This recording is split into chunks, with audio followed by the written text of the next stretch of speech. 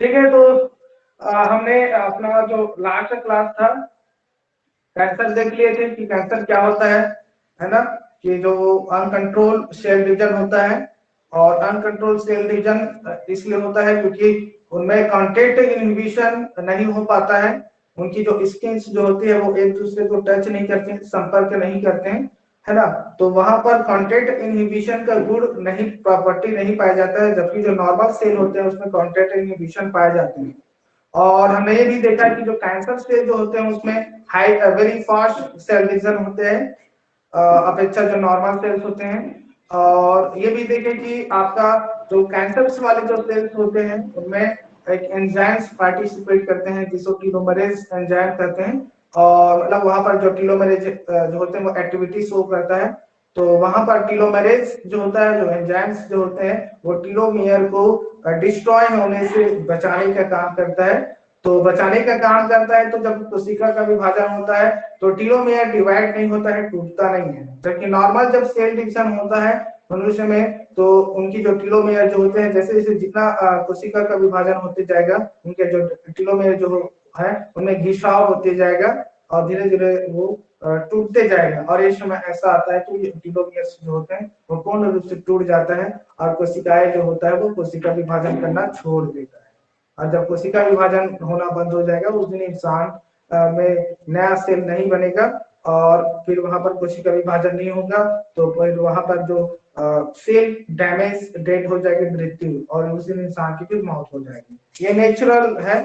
ठीक है, अब बात करते हैं कि जो कैंसर जो होते हैं, ठीक है, कैंसर जो होते हैं कि ये हार्मफुल कैसे होते हैं। ठीक है, हाउ डज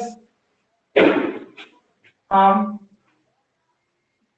ठीक है, कि ये कैसे हार्म कैसे होते हैं, घातक कैसे होते हैं हमारे लिए, ये हानिकारक कैसे है।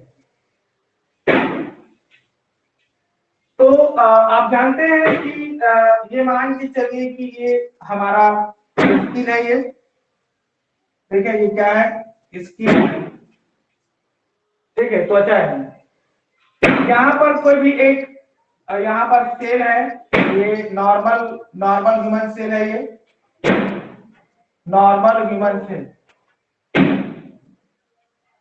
ठीक है। और यहाँ पर कैंसर सेल है, यहाँ पर ये कैंसर सेल है, ये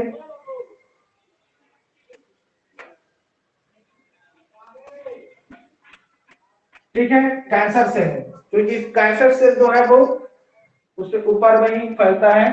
ठीक है, आप जानते हैं कि जो नॉर्मल ह्यूमन सेल्स जो होते हैं, ठीक है, नॉर्मल ह्यूमन सेल जो होता है ये स्लो सेल डिवीजन होते हैं इनमें, ठीक है। जबकि जो कैंसर सेल जो होते हैं वेरी फास्ट सेल डिवीजन, ठीक है, इनमें जो कोशिका विभाजन जो होता है वो बहुत तेजी तीव्रता से होती है। ठीक है, अब ये भी जानते हैं कि यहाँ पर जो फूड होता है सेल को कोशिकाओं को कार्य करने के लिए ऊर्जा की आवश्यकता होती है। ठीक है, ये नॉर्मल सेल है, ठीक है, इस नॉर्मल सेल को एनर्जी चाहिए। ठीक है, एनर्जी क्यों, कार्य करने के लिए ऊर्जा की आवश्यकता होती है। जब तक कोशिकाओं को ऊर्जा नहीं मिलेगी वो कार्य नहीं कर सकती। हमको भूख जो लगती है वो इसीलिए लगती है क्योंकि इस सेल को एनर्जी की जरूरत पड़ती है, तब हमको भूख लगती है। ठीक है, तो ये एनर्जी मतलब जितने भी न्यूट्रिशन जो है इस सेल को चाहिए। अब चूंकि ये त्वचा है, स्किन है, और इस स्किन के नीचे में आप जानते हैं ये स्किन है, और इस स्किन के नीचे में आपको यहाँ पर क्या मिलता है, ब्लड वेसल है। ये क्या है, ये ब्लड वेसल है, ब्लड वेसल रक्त वाहिकाएं हैं। ठीक है, तो ये जो फूड मटेरियल्स जो एनर्जी जो है वो एनर्जी इसी ब्लड वेसल से होके ट्रांसपोर्टेशन होता है, ट्रांसपोर्ट होता है वो। ठीक है, और क्योंकि एक तरफ से कैंसर सेल भी ग्रो कर रहे हैं, तो कैंसर सेल क्या होते हैं, इतना तेजी से ग्रो करता है, ठीक है, कि यहाँ से ये जो कैंसर सेल होते हैं वो यहाँ पर इंटर करेगा और इंटर करके यहीं पर ही ग्रो कर देता है। ऐसा यदि ये इधर आगे बढ़ा तो फिर यहाँ पर ग्रो कर देता है। ठीक है, अब नॉर्मल सेल को भी एनर्जी चाहिए और कैंसर सेल को भी एनर्जी चाहिए, दोनों सेल है, दोनों सेल को कार्य करने की ऊर्जा की आवश्यकता है।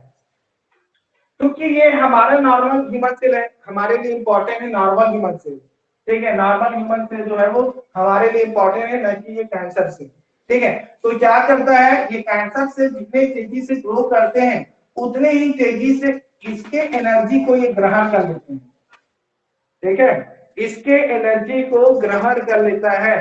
अब पूरे एनर्जी किसके पास चला गया, इस कैंसर सेल के पास चला गया, ठीक है। अब कैंसर सेल इतना तेजी से ग्रो कर रहा है कि देखिए ये ऊपर ब्लड वेसल्स के ऊपर में है और ये ब्लड वेसल्स के नीचे में है, तो ऊपर और नीचे दोनों में है, तो ये ब्लड वेसल्स को दबा देता है, ठीक है, ब्लड वेसल्स को क्या कर देते हैं, दबा देते हैं, तो दबा देते हैं। और यहाँ पर इनके जो न्यूट्रिशंस है, हमारे जो नॉर्मल ह्यूमन सेल्स में जो न्यूट्रिशंस जो है उस पूरे न्यूट्रिशंस को वो छीन लिया उन्होंने, ठीक है, इन्होंने क्या कर लिया, इसको छीन लिया। अब जब छीन लिया, अब इस नॉर्मल ह्यूमन सेल के पास एनर्जी है ही नहीं, नो न्यूट्रिशंस है नहीं है, तो क्या करेगा ये, इस एनर्जी के अभाव में, ये जो नॉर्मल ह्यूमन सेल्स जो है वो एनर्जी ऊर्जा के अभाव में ये कार्य करना धीरे धीरे बंद कर देगा और पूरे सिस्टम में ये कैंसर सेल कब्जा कर लेगा, ठीक है। और इस तरह से मनुष्य का सेल सीधा डिस्ट्रॉय हो जाएगा और एक दिन ऐसा आ जाएगा कि कैंसर से पूरी तरह से हावी हो जाते हैं बॉडी में और इंसान की मृत्यु हो जाती है। तो ये इस तरह से यहाँ पर जो हाउ डज हार्म जो है कि वो कैसे हार्मफुल है, तो ये इस तरह से जो कैंसर से जो होते हैं वो हमारे लिए बहुत ही घातक होते हैं, ठीक है। ये पॉइंट समझ में आया, यदि कहीं पे डाउट है तो आप पूछ लीजिए यहाँ पे। कैसे हैं बोला सर, एनी डाउट? कुमुदनी आपको? सर एक बार और रिपीट कर दीजिए। चलिए ठीक है, एक बार और रिपीट करते हैं, ठीक है, कि जो कैंसर जो होते हैं वो कैसे हमारे लिए हानिकारक होते हैं, हमारे लिए फैटल होते हैं, घातक होते हैं।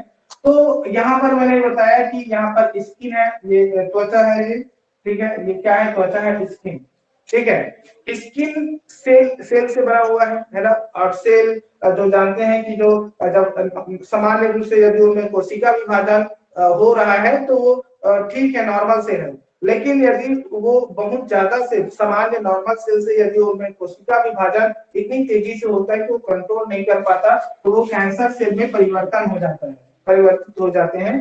तो क्या होता है कि कैंसर सेल को भी कार्य करने के लिए एनर्जी चाहिए और ये नॉर्मल सेल को भी कार्य करने की ऊर्जा चाहिए। ऊर्जा कहाँ से मिलेगा, ये ऊर्जा जो है वो भोजन से मिलेगा, फूड से मिलेगा। तो हम खाना खाएंगे, ठीक है, अब हम खाना खाएंगे तो डाइजेशन होगा और डाइजेशन होगा तो एनर्जी मिलेगा और इस एनर्जी को क्या करेगा, ये नॉर्मल सेल भी यूज करेगा और ये कैंसर सेल दोनों यूज करेगा, ठीक है। अब नॉर्मल, आप जानते हैं कि जो नॉर्मल सेल्स जो होते हैं इनमें कोशिका विभाजन बहुत स्लो होता है, मतलब बोल सकते हैं कि ये स्लो ग्रो होते हैं, इनमें जो ग्रो जो होता है ग्रो वेरी स्लो, ठीक है। इनमें जो वृद्धि जो होती है, उनमें जो वृद्धि विकास जो हो रहा है नॉर्मल सेल में वो बहुत धीरे होता है, जबकि ये जो कैंसर वाले सेल जो होते हैं वेरी फास्ट ग्रो, ठीक है, इनमें बहुत तेजी से वृद्धि होती है, ठीक है। अब तेजी से वृद्धि होने का कारण ये है कि ये जो नॉर्मल ह्यूमन सेल्स में जो एनर्जी जो मिल रहा है इस पूरे एनर्जी को एक कैंसर सेल ले लेता है, ठीक है, पूरे एनर्जी को ये कैंसर से ले लेता है। अब कैंसर से जब एनर्जी को लिया तो ये बहुत तेजी से ग्रो कर रहा है, बहुत तेजी से कोशिका का विभाजन कर रहा है, तो ये ब्लड वेसल्स के माध्यम से ये स्प्रेड होता है, क्योंकि आप जानते हैं कि कैंसर सेल जो होता है वो स्प्रेड होते हैं, स्प्रेड होते हैं, जबकि जो नॉर्मल ह्यूमन सेल्स जो होते हैं, ठीक है, नॉर्मल ह्यूमन सेल्स जो होता है डजंट स्प्रेड, ठीक है, ये फैलता नहीं है, ठीक है। ये फैलता क्यों नहीं है, ये फैलता इसलिए नहीं है क्योंकि आपको पहले ही क्लास में मैंने बता दिया था कि इसमें क्या पाए जाते हैं, कांटेक्ट इनहिबिशन पाया जाता है, ये एक सेल की प्रॉपर्टी होती है कांटेक्ट इनहिबिशन का, ठीक है, जबकि कैंसर सेल में, ठीक है, नॉट नो कांटेक्ट इनहिबिशन, ये बताया था आपको, ठीक है, तो ये इस तरह से ये पूरा एनर्जी को ले लेता है। अब इसको एनर्जी नहीं मिलता है, ये ब्लड वेसल्स को पूरी तरह से दबा देता है। अब ये पूरी तरह से ब्लड वेसल्स को दबा दिया तो इस नॉर्मल सेल्स को कहां से मिलेगा फूड, एनर्जी नहीं मिलेगा ना। तो अब इसके पास एनर्जी नहीं है, तो जब नॉर्मल ह्यूमन सेल्स के पास एनर्जी नहीं है तो वो कार्य कैसे करेगा, कार्य करना बंद कर देगा। और जब कार्य करना बंद कर देगा, आप जानते हैं सेल जिस दिन कार्य करना बंद कर देते हैं मनुष्य की मृत्यु हो जाती है। तो इस तरह से मनुष्य की मृत्यु हो जाती है। तो इसलिए जो कैंसर सेल्स जो होते हैं वो इस तरह से हमारे लिए हानिकारक होते हैं। ठीक है, तो इसीलिए मैंने जितना भी बेसिक पहला क्लास में इसलिए बता दिया था कि आगे समझने में प्रॉब्लम ना हो। ठीक है, क्लियर ना, समझ गए ना आप? Yes sir. बॉयज में किसी को प्रॉब्लम? विष्णु, नेहा, नेहा आपको?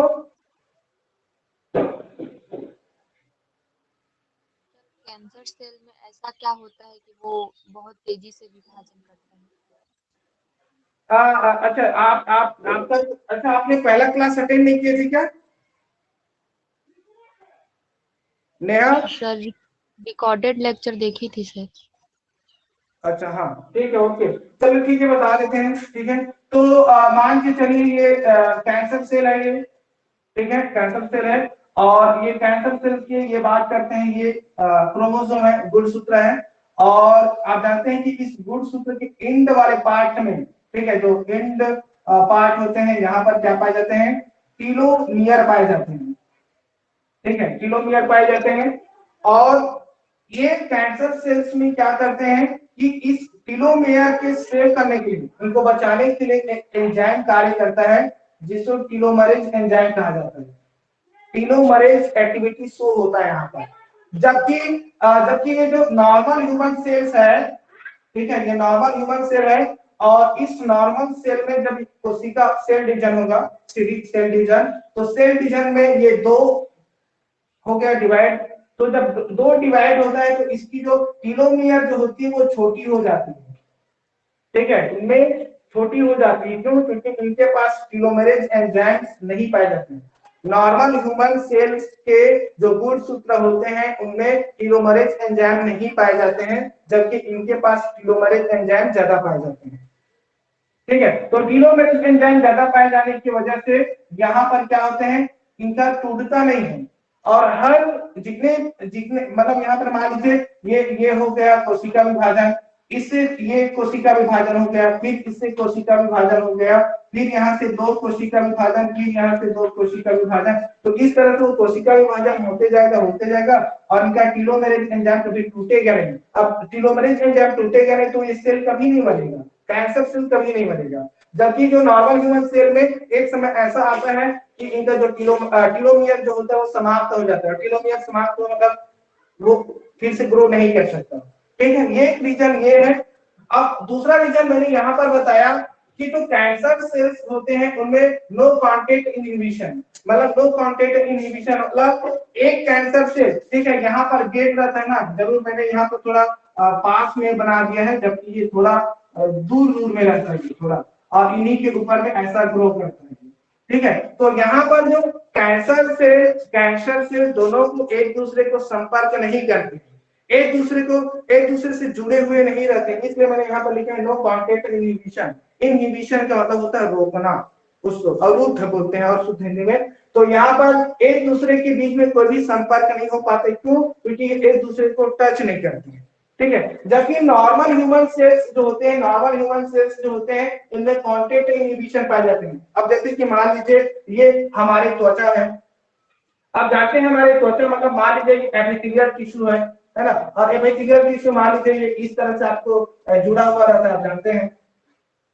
ठीक है, ये जुड़ा हुआ रहता है ना, तो ये एक दूसरे से क्या है, ये एक दूसरे से जुड़े हुए मतलब कॉन्टेक्ट इनहिबिशन, एक दूसरे से जुड़े हुए हैं, और एक दूसरे से जुड़े हुए हैं, इसमें इनकी वृद्धि जो होता है वो स्लो होता है, very slow.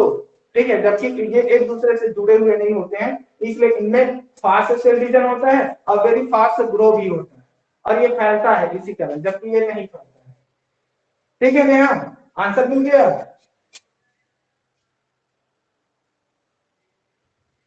Yes sir. Vishnu आपको टाइप ए डॉट। नहीं है सर डाउट कहीं पे। ठीक है, आगे चले फिर। Yes sir. Yes sir.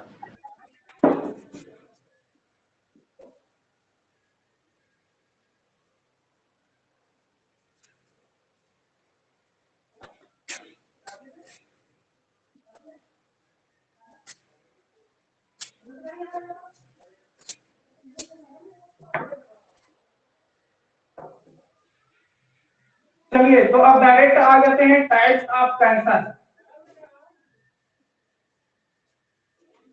ठीक है, कैंसर के कितने प्रकार होते हैं यहाँ पर देखेंगे, टाइप्स ऑफ कैंसर, कैंसर के प्रकार।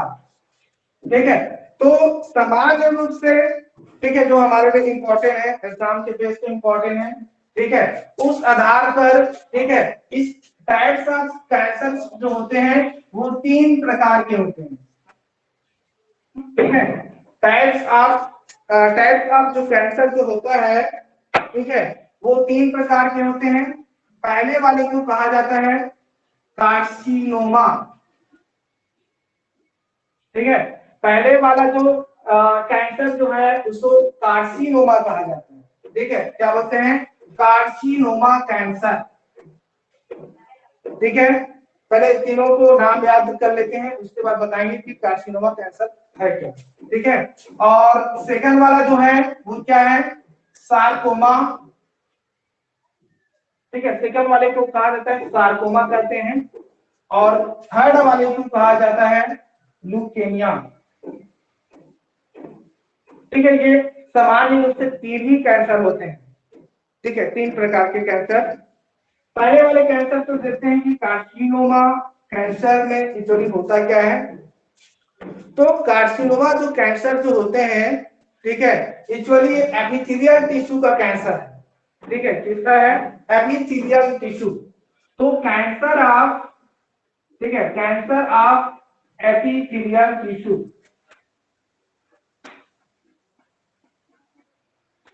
ठीक है, एपिथेलियल टिश्यू को जो कॉज करता है, कैंसर कॉज करते हैं, उसी टिश्यू को कहा जाता है कार्सिनोमा कैंसर कहा जाता है। ठीक है, और जितने भी कैंसर होते हैं उनमें से 85% ऑफ कैंसर, ठीक है, 85% ऑफ कैंसर जो होता है ये कार्सिनोमा कैंसर पाए जाते हैं। क्यों कार्सिनोमा कैंसर, क्योंकि यहाँ पर पूरा जो कैंसर जो होता है वो एपिथेलियल टिश्यू से होता है, और एपिथेलियल टिश्यू मतलब जो सेल से बना हुआ है, सेल से एपिथेलियल टिश्यू बना हुआ है, और इसी एपिथेलियल टिश्यू से क्या बना हुआ है, स्किन, त्वचा। ठीक है, तो जहां जहां हमारे बॉडी में स्किन पाए जाते हैं, है ना, और स्किन किससे बना हुआ है, एपिथेलियल टिश्यू से बना हुआ है, तो इसलिए ऐसे कैंसर को कार्सिनोमा कैंसर कहते हैं, जो एपिथेलियल टिश्यू को उपकला बोलते हैं शायद हिंदी में, है ना, तो एपिथेलियल टिश्यू को कॉज करते हैं। ठीक है, जैसे कि इतने एग्जांपल में, फॉर एग्जांपल की बात करते हैं कि ऐसा कौन कौन सा कैंसर है, तो आप जानते हैं एपिथेलियल टिश्यू कहाँ कहाँ पाए जाते हैं। जैसे कि एपिथेलियल टिश्यू जो होता है वो फेफड़े में पाए जाते हैं। ठीक है, एपिथेलियल टिश्यू कहाँ पाए जाते हैं, फेफड़े में पाए जाते हैं, तो इसको फेफड़े का कैंसर बोल दिए, लंग कैंसर बोल दिए इसको। ठीक है, क्या बोल दिए, लंग कैंसर बोल दिए। अच्छा, दिख रहा है ना, ये स्किन में पाया जाता है, तो ये स्किन का कैंसर हो गया, स्किन कैंसर। ठीक है, स्किन का कैंसर भी होता है जब हाई अल्ट्रावायलेट किरणें जब गर्मी पड़ती है तो स्किन में पड़ती है, तो वो वहां पर स्किन का कैंसर होता है। ठीक है, आपका जो ब्रेस्ट कैंसर होता है ये इसी का प्रकार है, कार्सिनोमा के अंदर में आता है, ब्रेस्ट कैंसर इसी में आता है। ठीक है, और आपका जो स्टमक होता है, स्टमक मतलब जो अमाशय होते हैं, अमाशय में भी जो कैंसर होते हैं वो भी इसी का प्रकार है। ठीक है, और एक यहाँ पर पैंक्रियाटिक कैंसर। पैंक्रियाटिक कैंसर का मतलब होता है जो जानते हैं अग्नाशय बोला जाता है, तो अग्नाशय के जो सेल्स होते हैं वहां पर भी जो कैंसर होते हैं, क्योंकि वहां पर भी एपिथेलियल टिश्यू पाए जाते हैं, तो जहां जहां पर एपिथेलियल टिश्यू पाए जाते हैं वहां वहां पर ये कैंसर कॉज करता है। ठीक है, क्लियर। और यहाँ तक कि एक कैंसर और सर्वाइकल कैंसर बोलते हैं। ठीक है, सर्वाइकल कैंसर, तो ये सभी कैंसर जो होते हैं कार्सिनोमा के अंदर में आते हैं। और कार्सिनोमा कैंसर क्या है? एपिथेलियल टिश्यू के कैंसर को ही कार्सिनोमा कहा जाता है। 85% ऑफ टोटल नंबर जितने भी कैंसर है उसमें से 85% कैंसर जो होता है कार्सिनोमा प्रकार के होते हैं। ठीक है, क्लियर? Yes sir.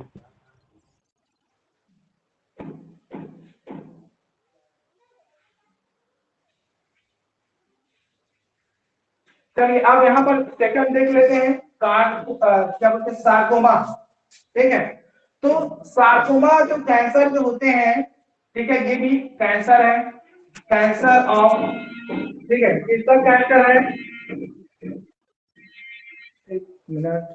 ठीक है, तो ये एक्चुअली कैंसर वो है कि ये टिश्यू है, ठीक है, टिश्यू मान लीजिए ये टिश्यू है, ठीक है, ये टिश्यू है। टिश्यू कहां से उत्पन्न हुआ है? ये टिश्यू कहां से उत्पन्न हुआ है? और जहां पे उत्पन्न होते हैं उसको डेराइव कहा जाता है, डेराइव। डेराइव कहां से उत्पन्न हुआ है टिश्यू? कोई बताएंगे आप में से? टिश्यू की उत्पत्ति कहां से हुआ है?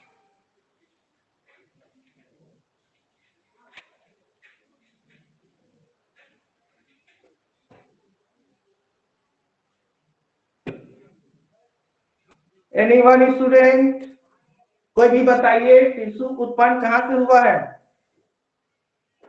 कोशिका से।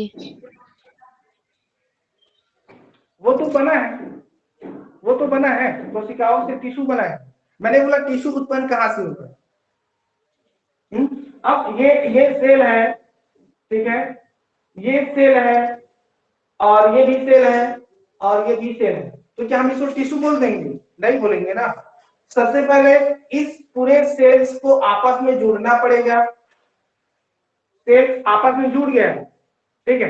अब आप जानते हैं जैसे कि ये एक सेल है, इनके ऊपर में और एक सेल है, इनके ऊपर में और एक सेल है, तो ये इस तरह से मतलब एक के ऊपर एक के ऊपर एक रहता है और ये आपस में ये जो इंट्रासेलुलर मटेरियल होते हैं उससे जुड़ा हुआ रहता है, ठीक है। तो अब ये सेल है, अब ये सेल से टिश्यू बन गया, लेकिन मैंने बोला कि ये टिश्यू कहां से डेराइव्ड हुआ है, कहां से उत्पन्न हुआ है। उत्पन्न होना अलग चीज होता है और बनना अलग चीज है।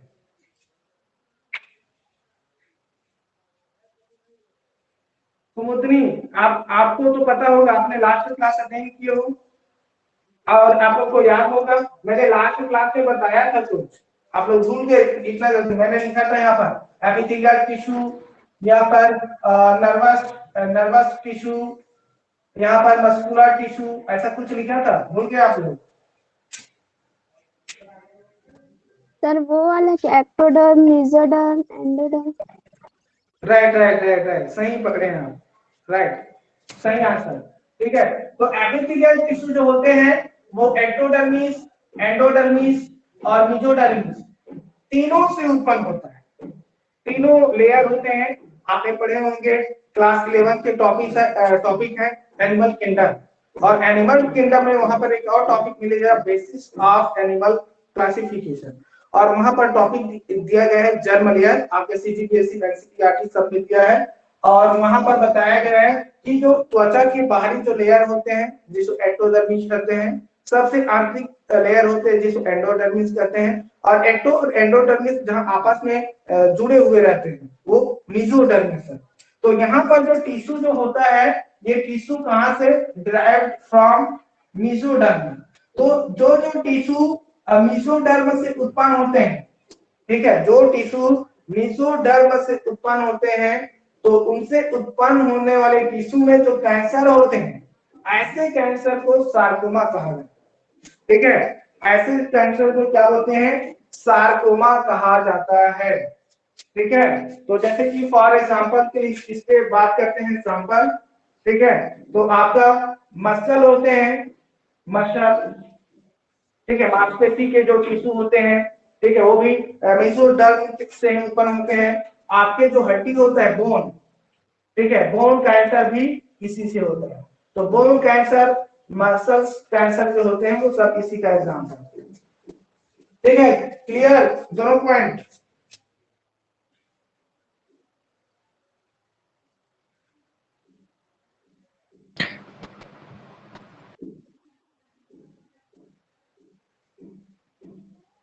ठीक है, अब आप लोग एक क्वेश्चन पे मत चले जाना। ठीक है, एक क्वेश्चन क्या है कि आपका जो ब्लड है, ब्लड, ठीक है, और ब्लड क्या है, blood is a connective tissue. Blood क्या है, कनेक्टिव टिश्यू होता है। कनेक्टिव टिश्यू का मतलब संयोजी ऊतक होते हैं। और ये जो कनेक्टिव टिश्यू जो होते हैं ये आपस में जुड़े होते हैं। किसको किसको जुड़े होते हैं, एक तो आपका जो बोन होता है, बोन, इसलिए बोन कैंसर, ठीक है। और साथ में ये जो कार्टिलेज होते हैं, कार्टिलेज का मतलब होता है उपास्थि, ठीक है, जहां पे हड्डी और मसल्स जुड़े हुए होते हैं, है ना। तो कार्टिलेज और बोन कनेक्टिव टिश्यू ये इससे जुड़े हुए रहते हैं। तो आप लोग अब ये मत बोल देना कि सर जब ब्लड जो होता है वो कनेक्टिव टिश्यू है, तो क्योंकि इसलिए क्योंकि कनेक्टिव टिश्यू जो होता है, ये कनेक्टिव टिश्यू भी मेसोडर्म से उत्पन्न हुआ है। मेसोडर्म से भी ये उत्पन्न हुआ है कनेक्टिव टिश्यू। लेकिन कनेक्टिव टिश्यू में आप जानते हैं, कनेक्टिव टिश्यू में पूरा ऑलरेडी ब्लड आता है, ठीक है।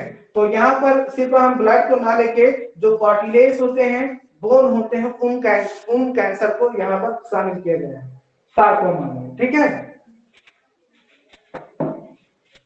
ठीक है ना, मिटा दो पूरा। Yes sir. चलिए अब यहाँ पर थोड़ा सा छोटा सा देख लेते हैं आपका ब्लड ल्यूकेमिया, ठीक है, ल्यूकेमिया, ठीक है, ल्यूकेमिया है आपका आंसर जो है इस प्रश्न में ही है। ल्यूकेमिया में एक्चुअली होता क्या होगा, देखिए, तो ये है ल्यूक और एमिया, ठीक है, एमिया है ये, ठीक है, और ये है ल्यूक। ल्यूक का मतलब होता है ल्यूकोसाइट, ल्यूक का मतलब होता है ल्यूकोसाइट। और ल्यूकोसाइट किसको बोलते हैं, WBCS, ठीक है। और आपने कहीं ना कहीं आपने जब आप ब्लड पढ़ते हैं, तो ब्लड पढ़ते हैं तो आप हीमोग्लोबिन तो पढ़ते ही हैं, है ना। तो आपको मालूम होगा कि एक तरफ आपका मान लीजिए ये हीमोग्लोबिन है, HB हीमोग्लोबिन, ठीक है। तो हीमोग्लोबिन मान लीजिए यहाँ पर ये कम हो गया, ठीक है। तो आप एक शब्द पढ़ते हो जिसे कहा जाता है एनीमिया, पढ़े हो, पढ़ते हो ना एनीमिया। Yes sir. जबकि यहाँ पर क्या है, यहाँ पर क्या है, एनीमिया है। तो यहाँ पर एनीमिया का मतलब होता है कम, ठीक है, और यहाँ पर एनीमिया का मतलब होता है ज्यादा।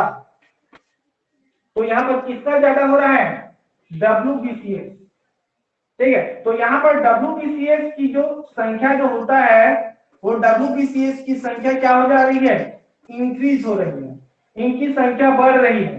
तो बढ़ने से जो ब्लड में जो कैंसर उत्पन्न होते हैं उसको ल्यूकेमिया कहा जाता है। तो इसलिए ल्यूकेमिया का दूसरा नाम होता है ब्लड कैंसर,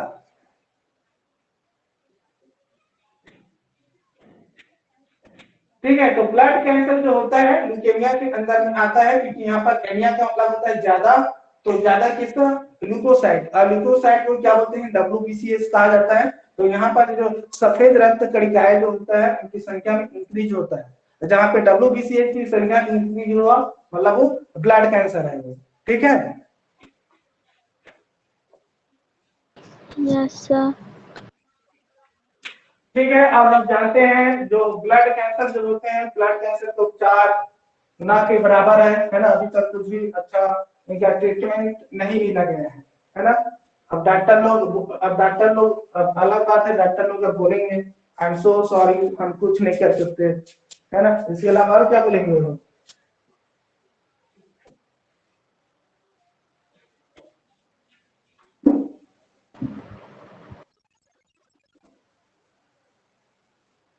ठीक है, मिटा दूं मैं पूरा।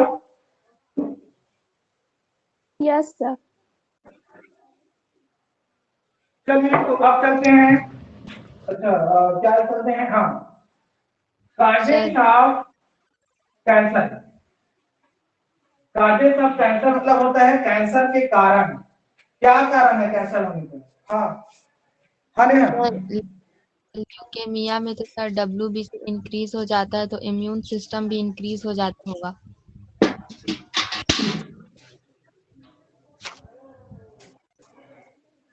अब आपने इम्यून सिस्टम पढ़े हैं, ठीक है।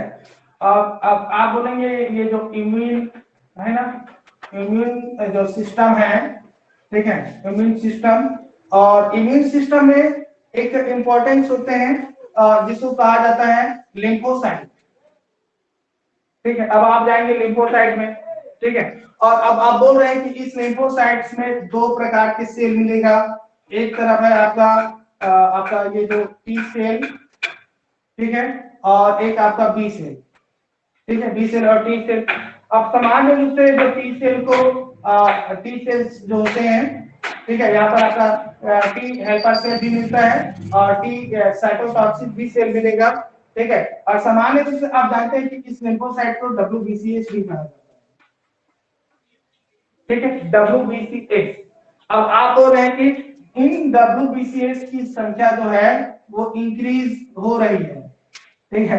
तो ब्लड अब WBCS की संख्या जब इंक्रीज होगी तो ये क्या करेगा, इंक्रीज होगा। तो इंक्रीज होगा तो ये जो भी माइक्रोब्स जो है उस माइक्रोब्स को मारेगा। क्यों मारेगा? फिर WBCS का काम होता है मारने का काम होता है। तो WBCS जब मारेगा तो हमारा जो इम्यून सिस्टम जो है वो स्ट्रांग हो जाएगा। ये आपका कहना है ना? नहीं है ना, यही कहना चाहते हो ना? यस तो WBCS स्ट्रांग कब होगा? जब एंटीबॉडी का निर्माण होगा। एंटीबॉडी का निर्माण होना चाहिए। जब एंटीबॉडी का निर्माण होगा तब इम्यून सिस्टम स्ट्रांग होगा, ठीक है। WBCS कहाँ मार सकता है? क्योंकि WBCS है कहाँ इनका जीवन काल? इनका जीवन काल तो ओनली क्या बोलते हैं, ये 15 दिन, 15 से ज्यादा 5 दिन और 120 दिन जिएगा ये। तो 120 दिन है। और एंटीबॉडी जो होता है एक बार एंटीबॉडी बन गया लाइफ टाइम टाइप का होता है, ठीक है। तो ये WBCS इंक्रीज होगा जरूर। अब आपका प्रश्न है कि WBCS जब इंक्रीज हो गया, ठीक है, तो WBCS जब इंक्रीज हो गया तो इम्यून सिस्टम स्ट्रांग हो गया। इम्यून सिस्टम स्ट्रांग हो गया तो ब्लड कैंसर होना नहीं चाहिए, क्योंकि ब्लड कैंसर से इंसान की मृत्यु हो जाती है। अब आप बोलेंगे ब्लड कैंसर है तो इम्यून सिस्टम तो स्ट्रांग हो गया, तो ऐसा नहीं है, ठीक है। क्योंकि क्या होता है ब्लड कैंसर में एक्चुअली क्या होता है, तो जो क्योंकि जानते हैं सेल है, ठीक है, कोई भी सेल है, ठीक है, तो ये भी सेल है और ये भी सेल, ठीक है, सेल। तो आप जानते हैं जैसे इंसान में गुड बैड होते हैं ना, गुड मैन और बैड बॉय होते हैं, जैसे गुड बॉय बैड बॉय होते हैं, वैसे ही कुछ बैड सेल भी होते हैं और कुछ गुड सेल भी होते हैं, ठीक है। तो यहाँ पर जो WBCS इंक्रीज हो रहा है वो मान के करिए वो बैड सेल, ठीक है। और बैड सेल जहां पर WBCS इंक्रीज हो रहा है तो ये मान के चलिए आपका जो RBCS जो है, ठीक है, या आपका जो ब्लड जो है इस ब्लड को डैमेज करेगा ये WBCS, ठीक है। कुछ ऐसे भी सेल्स होते हैं जो अपने ही सेल को खा जाते हैं पागलपन होने की वजह से। अब वो पागलपन क्यों होगा वो बताएंगे ना आपको आगे, ठीक है ना। तो इम्यून सिस्टम स्ट्रांग नहीं होगा, WBCS इंक्रीज होगा तो, ठीक है, क्योंकि ये एक ऐसा बैड सेल है जो RBCS और आपका जो ब्लड है उसी को खा रहा है, ठीक है। तो आपका जो RBCS जो होता है वो कमजोर हो जाता है, ठीक है।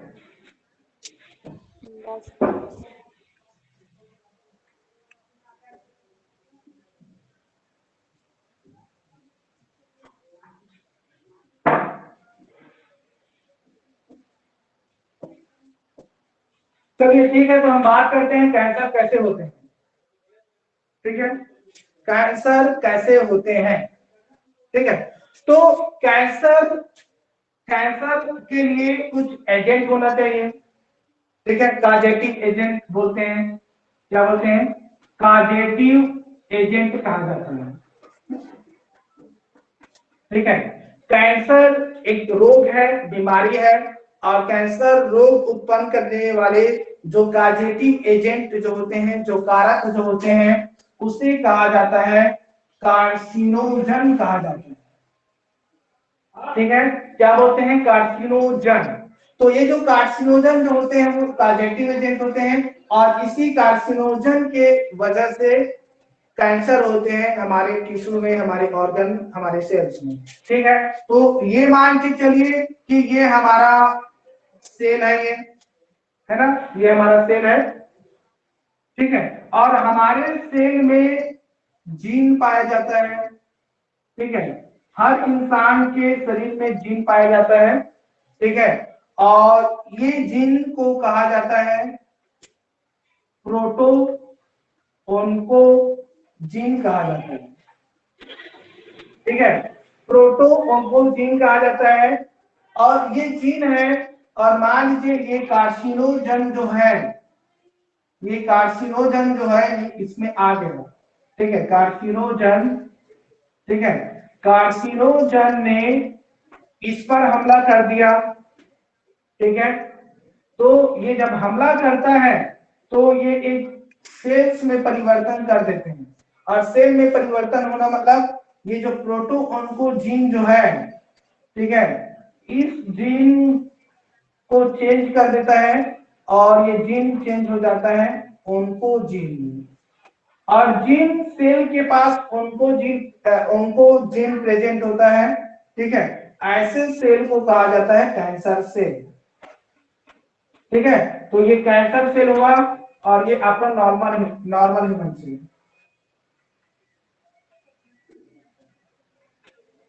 ठीक है, तो ये नॉर्मल ह्यूमन सेल जहां पे प्रोटो ओन्कोजीन होता है, यहाँ पर कार्सिनोजन इनके सेल्स के अंदर में प्रवेश करता है, और सेल के अंदर में जहां के जो प्रोटो ओन्कोजीन जो होते हैं उस जीन के सीक्वेंस को चेंज कर दिया। जीन के सीक्वेंस चेंज किया मतलब यहाँ पर क्या हो गया, म्यूटेशन उत्पन्न हो गया, यहाँ पर म्यूटेशन।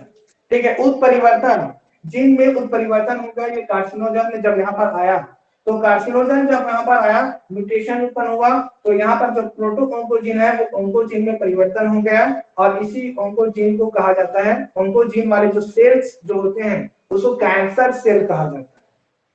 ठीक है, तो यही वो कारण है, काजेस ऑफ कैंसर का जो कारण जो है वो यहाँ पर एक एजेंट काम करता है, और इस एजेंट को कहा जाता है कार्सिनोजन। ठीक है,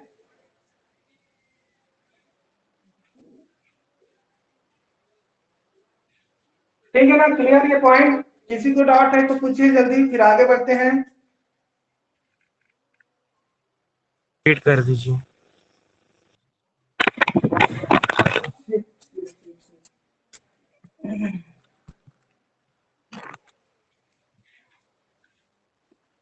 एक सेकंड ना, थोड़ा कैमरा गिर गया। आपका फोन तो ठीक है ना सर? ऐसे कुछ नहीं हुआ है, एक्चुअली इसका बैक कवर थोड़ा स्ट्रांग है।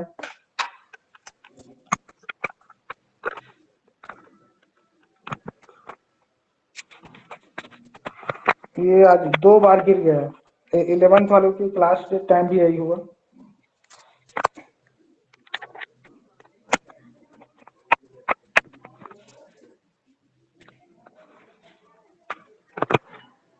आज शनिवार है ना, इसीलिए यस सर। पता नहीं आज कौन सा ग्रहण लग गया आज।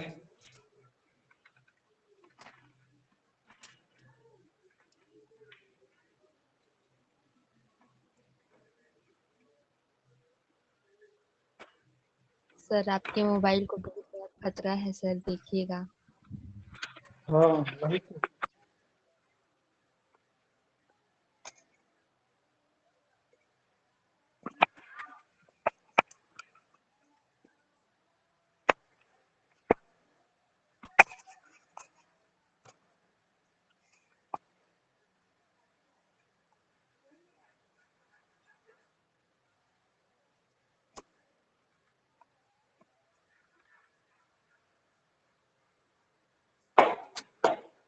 ठीक है, तो 1 मिनट, गिर रहा लगता है फिर से। 1 सेकंड ना, मैं दूसरा स्टैंड लाता हूँ, थोड़ा 2 मिनट रुकिए आप लोग। Yes sir.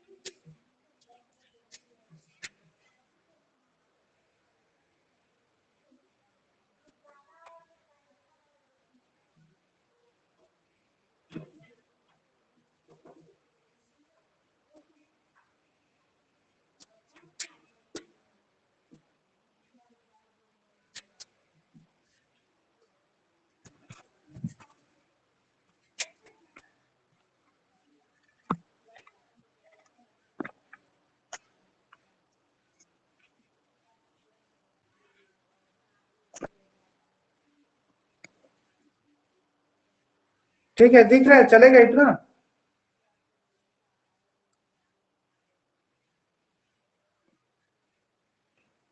दिख दिख रहा रहा है है ना सर। सभी को? थोड़ा तिरछा हो गया ये वाले स्टैंड में।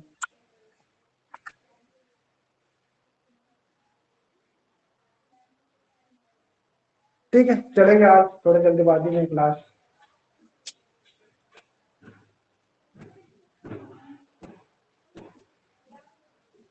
ठीक है, तो ये वाला कहीं पे है डाउट? आगे चले क्या?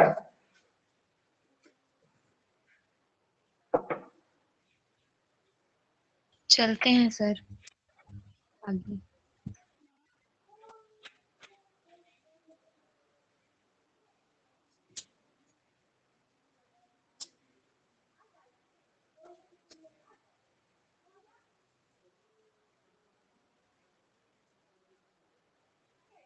ठीक है, तो टाइप्स ऑफ कार्सिनोजन, अब यहाँ पर देखते हैं टाइप्स ऑफ कार्सिनोजन। ठीक है जी, जो काजेटिव एजेंट्स जो होते हैं जो कैंसर कॉज करते हैं उनके कौन कौन से होते हैं। ठीक है, और एक पॉइंट और ना, थोड़ा क्योंकि आप लोग थोड़ा, क्योंकि कई बार ऐसे होते हैं कि आप लोग नोट्स नहीं पढ़ पाते हैं, डायरेक्ट आप लोग उसमें जाते हो, किताब वगैरह पढ़ते हो, है ना। तो यहाँ पर मैंने जैसे पहला पॉइंट यहाँ पर मैंने बताया कि कार्सिनोजन, ठीक है, कार्सिनोजन, और मैंने डायरेक्ट यहाँ टाइप्स ऑफ कार्सिनोजन आ गया। ठीक है, तो यहाँ पर मैं क्लियर कर देता हूँ यहीं पर कि कार्सिनोजन जब वहां पर आया प्रोटोजीन में, तो प्रोटोजीन में वहां पर क्या किया उन्होंने, जीन के जो सीक्वेंस है उसको चेंज कर दिया और म्यूटेशन उत्पन्न कर दिया। तो यहाँ पर आप लिख सकते हैं जीन, जीन में क्या हुआ, म्यूटेशन हुआ। ठीक है, म्यूटेशन होने की वजह से तीसरा यहाँ पर ये हो सकता है कि जो डीएनए को डैमेज कर सकता है। ठीक है, डीएनए को भी डैमेज कर सकता है। ये डीएनए कैसे डैमेज होगा, इस आंसर आपको यहाँ पर मिलेगा, इसमें मैंने यहाँ पर टाइप्स ऑफ कार्सिनोजन बोल दिया है। ठीक है, अब यहाँ पर फोर्थ नंबर में ये भी हो सकता है कि कोई भी वायरस है, ठीक है, वायरस या जो वायरस है, हो सकता है इस वायरस की वजह से भी कार्सिनोजन उत्पन्न हो और वो कॉज करे। ठीक है, तो ये इनका भी आंसर जो है वो आपको यहाँ मिलेगा। ठीक है, तो कैंसर के कारण आपका कार्सिनोजन हो सकता है, जीन म्यूटेशन हो सकता है, डीएनए डैमेज हो सकता है, और वायरल वायरल या जो वायरसेस जो होते हैं वो हो सकते हैं, और पांचवा नंबर में आपका हो सकता है केमिकल। तो यहाँ पर केमिकल जो है वो भी कैंसर के कारण हो सकते हैं, इसका भी आंसर आपको यहाँ मिलेगा। ठीक है, तो इसलिए यहाँ पर देखते हैं टाइप्स ऑफ कार्सिनोजन। ठीक है, तो टाइप्स ऑफ कार्सिनोजन जो होते हैं वो 3 प्रकार के होते हैं। ठीक है, टाइप्स ऑफ कार्सिनोजन जो होते हैं वो 3 प्रकार के होते हैं। सबसे पहला प्रकार को कहा जाता है केमिकल। ठीक है, सबसे पहले वाले को कहा जाता है, ठीक है, क्या होते हैं, केमिकल कार्सिनोजन कहा जाता है। ठीक है, मतलब यहाँ पर जो पॉजिटिव एजेंट जो होगा वो केमिकल फॉर्म में होता है, रासायनिक फॉर्म में होता है, और जबकि सेकंड वाला जो होता है वो फिजिकल होता है, फिजिकल। ठीक है, फिजिकल, और थर्ड वाला जो होता है वो होता है बायोलॉजिकल, ये बायोलॉजिकल है। ठीक है, तो टाइप्स ऑफ कार्सिनोजन 3 प्रकार के होते हैं, केमिकल, फिजिकल और बायोलॉजिकल। ठीक है ना।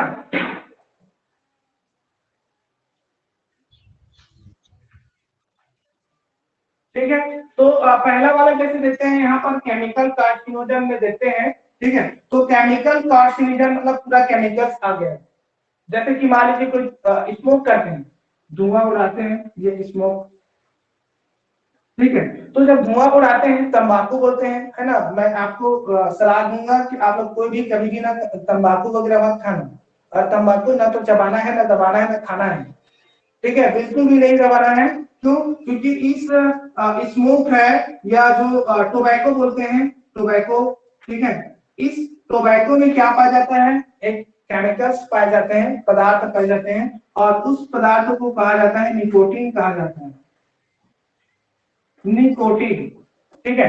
तो ये जो निकोटीन जो होते हैं, ठीक है, निकोटीन है, मान लीजिए आपने ये मान लीजिए इंसान है, ये इंसान की आपके ये नाक और ये माउथ है मान लीजिए, ठीक है। इस निकोटीन को ये दबा रहा है, माउथ है, माउथ में, क्योंकि हर कोई मैंने देखा है कई लोगों को तंबाकू को दबाते हैं माउथ में, ठीक है। अब जानते हैं माउथ में दबाएंगे तो अब जानते हैं कि ये माउथ जो है, ठीक है, ये माउथ जो है वो क्या है, एपिथेलियल टिश्यू, एपिथेलियल टिश्यू है ना, एपिथेलियल टिश्यू से बना हुआ है, ठीक है। तो एपिथेलियल टिश्यू से बना हुआ है माउथ।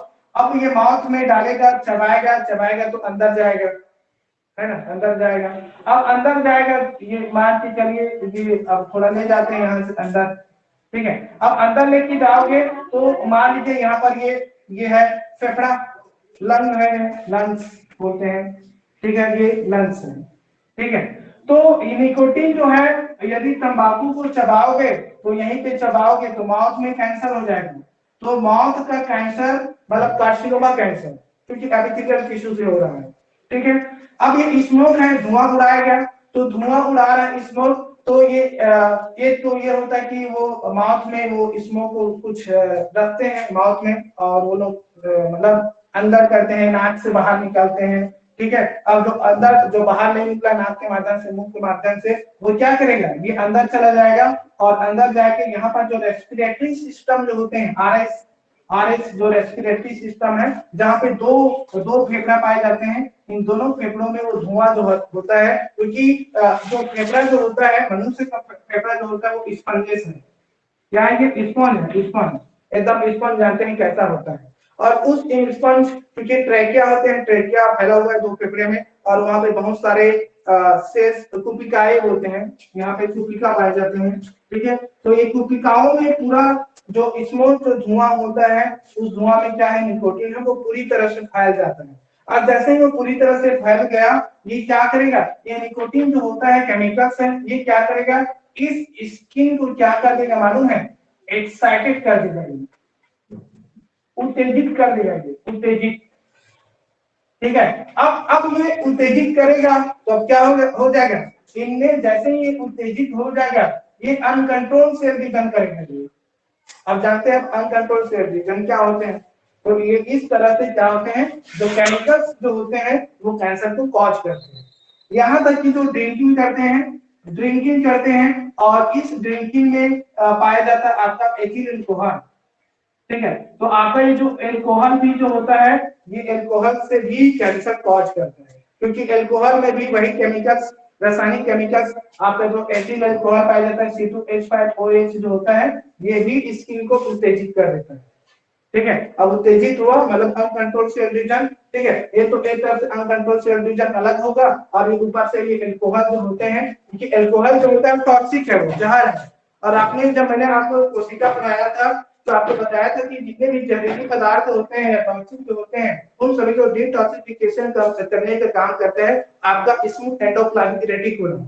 और स्मूथ एंडोप्लाज्मिक रेटिकुलम सबसे ज्यादा आप जानते हैं कहाँ पे होता है, लिवर के पास होता है। तो इसीलिए आपका अल्कोहल जो होता है लिवर को डैमेज कर देता है पूरी तरह से, और लिवर नहीं रहेगा तो इंसान मरेगा ही मरेगा, ठीक है। तो इस तरह से आपका केमिकल्स जो कार्सिनोजन का एग्जांपल हो जाएगा, ये आपका एथिल अल्कोहल मतलब अल्कोहल, और दूसरा नंबर में आपका ये निकोटीन, ठीक है। और ऐसे ही एक और आता है, यहाँ पर मैं लिख देता हूँ तीसरा नंबर, जिसे कहा जाता है एरोमेटिक। एरोमेटिक होता है, ठीक है, एरोमेटिक होता है, और एरोमेटिक एंड यहाँ पर यहीं पर लिख देता हूँ डाई, डाई। अब यहाँ पर डाई ये है, डाई का मतलब होता है रंगना, ठीक है, डाई का मतलब होता है रंगना। अब जानते हैं कई लोग अपने बाल को रंगते रहते हैं हेयर स्टाइल बनाने के लिए, है ना, तो ये हेयर में केमिकल्स डालेगा, अब हेयर कहाँ है? ब्रेन के ऊपर में है, दिमाग के ऊपर में, जो त्वचा से स्किन सेल्स बना है, तो इसी वजह से भी हो सकता है। और एक डाई होता है कपड़ा रंगने वाला, ठीक है, कपड़ा को जो रंगते नहीं है, अब अभी के समय में तो कोई कपड़ा तो डाई नहीं करते हैं, लेकिन पहले के समय में जो व्हाइट कपड़ा होता था उसको रंगने के लिए वो आता है जो उजाला, जानते हो उजाला? जानते हो ना उजाला, नाम सुने हो, है ना? तो ये जो उजाला में जो केमिकल्स पाए जाते हैं, ठीक है, वो सब क्या होते हैं? कार्सिनोजन होते हैं, केमिकल कार्सिनोजन होते हैं। तो थोड़ा बच के रहना इन सब से, ठीक है। और एक पदार्थ केमिकल्स होते हैं, मतलब एलिमेंट्स, आप 3 हो गया, चौथा नंबर में लिख लीजिएगा, ठीक है। चौथा नंबर में आपका नाम सुने होंगे आर्सेनिक, नाम सुने होंगे, नाम सुने हैं आर्सेनिक? आपने थोड़ा मैं इसको मिटा देता हूँ, थोड़ा ज्यादा एकदम खिचड़ी बन गया है यहाँ पर, है ना, थोड़ा मिटा देते हैं। हाँ, तो चौथा नंबर में बात कर लेते हैं, यहाँ पर फोर्थ नंबर में आपका आर्सेनिक, ठीक है। आर्सेनिक जो होता है वो केमिकल है, ठीक है, आर्सेनिक, ठीक है। तो ऐसे भी आर्सेनिक के बारे में जानते होंगे, ये क्या है? अधातु है शायद, है ना, नॉन मेटल। तो आर्सेनिक के बारे में आपने पढ़े होंगे कि इससे रोग होता है जिसे कहा जाता है, क्या बोलते हैं, मिनी माता, नाम सुने हो आप लोग? नाम मिनी माता रोग, नाम सुने हैं मिनी माता रोग? चिकन पॉक्स टाइप होता है क्या? नहीं नहीं नहीं नहीं, ऐसा नहीं है, ये अलग है, जरूरी से माता शब्द यूज हो गया है। एक्चुअली ये है कि मिनी माता जो है एक जगह है, एक द्वीप का नाम है, पहाड़ी एरिया है, और ये मिनी माता आपको मिलेगा जापान में, जापान की इस जगह का नाम है मिनी माता, ठीक है। और चूंकि समुद्र एरिया है, ठीक है, और इस समुद्र एरिया में क्या है, मछली पकड़ता है वहां, जापान में मछुआरे लोग, मछली फिशरमैन लोग मछली पकड़ते हैं, ठीक है।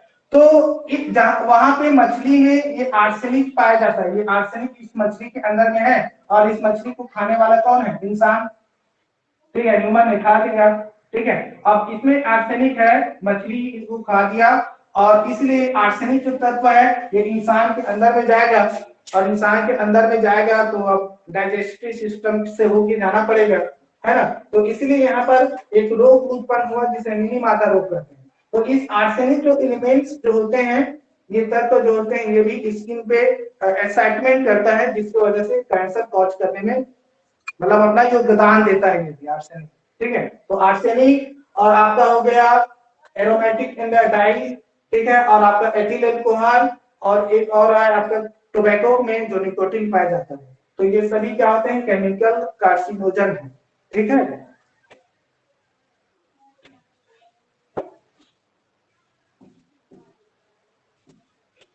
ठीक है, बता दो इसको। Yes sir.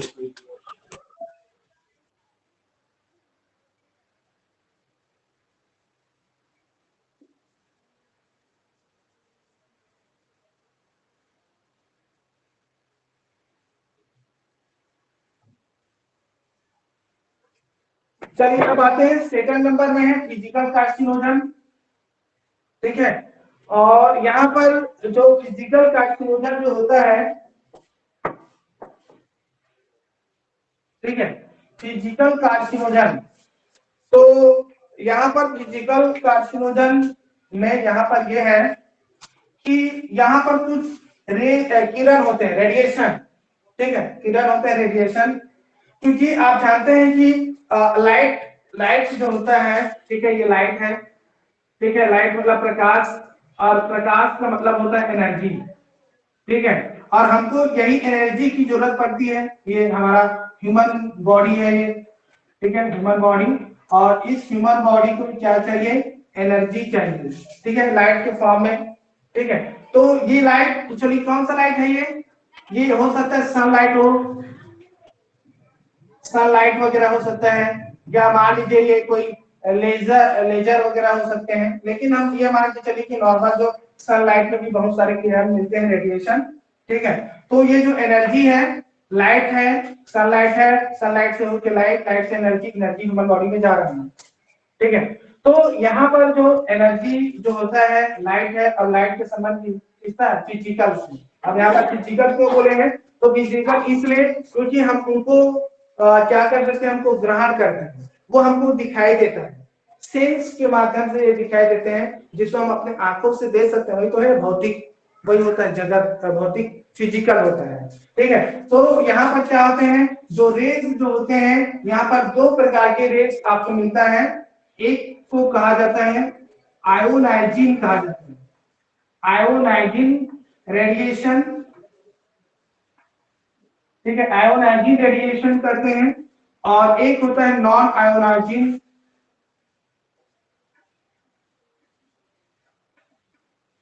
रेडिएशन। ये दो प्रकार के रेडिएशन पाए जाते हैं। ठीक है, पहले मैं बताऊंगा, पहले ये दोनों का रिजल्ट लेते हैं। तो आयोनाइजिंग रेडिएशन जो होते हैं, जहां पर आपको मिलेगा क्या बोलते हैं, गामा। ठीक है, गामा किन रेज सुने हैं नाम, गामा रेज बोलते हैं। ठीक है, और एक और होता है क्या बोलते हैं उसको, एक्सरे। ठीक है, एक्सरे से तो आप सभी जानते हैं एक्सरे। ठीक है, किसी का पैर हाथ टूट गया, किसी के ब्रेन में कुछ प्रॉब्लम हो गया, रेस्पिरेटरी सिस्टम में कुछ भी प्रॉब्लम हो गया, तो एक्सरे करा लेते हैं। ठीक है, वही वाला एक्सरे किरणें हैं, क्योंकि एक्सरे में किरण को गुजारा जाता है 3D 2D मोड में। आगे जब डायग्नोसिस पढ़ेंगे तो बताएंगे हम। ठीक है, अब यहाँ पर जो नॉन आयोनाइजिंग जो रेडिएशन जो होते हैं, जहां पर बेस्ट एग्जांपल है आपका यूवी रेज। ठीक है, और यूवी रेज का मतलब होता है अल्ट्रावायलेट किरणें। क्योंकि अल्ट्रावायलेट किरणें, गामा रेज, एक्सरे सब इसी सूर्य के प्रकाश से आता है।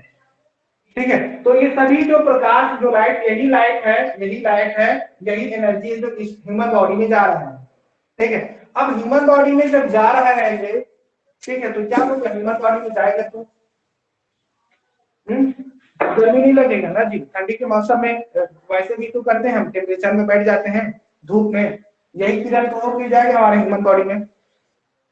तो ह्यूमन बॉडी में ये सब किरणें जब प्रवेश करेगा, ठीक है, खासतौर पर आप बायोलॉजी के स्टूडेंट, ठीक है, जब आप आगे कॉलेज करेंगे, कोई भी कॉलेज करेंगे, तो आपको एक्सपेरिमेंट करेंगे, प्रैक्टिकल करेंगे। यदि मान लीजिए आप मेडिकल साइंस में गए हैं तो माइक्रोबायोलॉजी को पढ़ना पड़ेगा। मान लीजिए नॉर्मल माइक्रोबायोलॉजी करते हैं या बायोटेक्नोलॉजी की पढ़ाई करते हैं, तो आपको ये यूवी का यूज करना पड़ेगा। ठीक है, हम लोग यूवी का डेली हम लोग यहाँ पर इनके सामने बैठ के एक्सपेरिमेंट करते थे।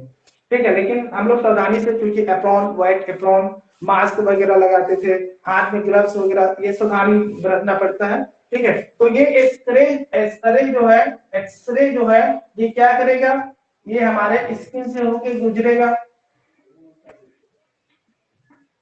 ठीक है, हमारे स्किन से होके गुजरना पड़ेगा इसको। ठीक है, और हमारे स्किन में क्या है, हमारे स्किन में क्या है,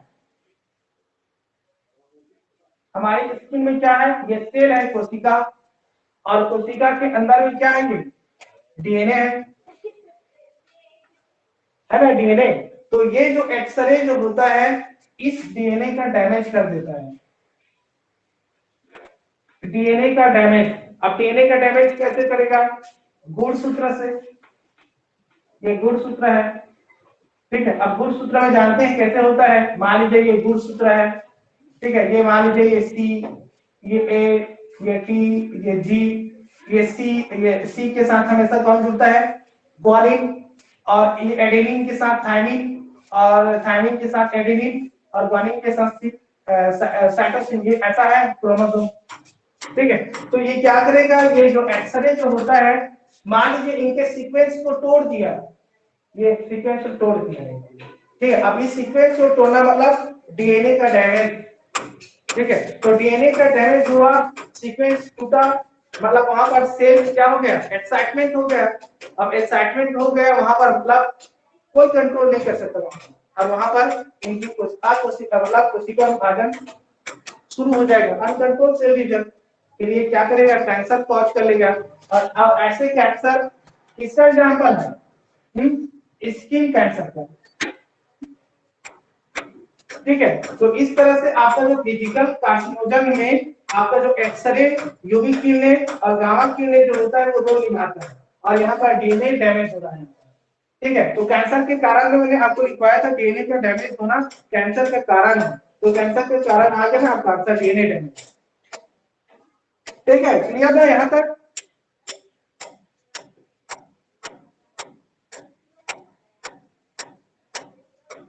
देख लीजिए कहीं पर कुछ भी डाउट होगा आप लोगों को।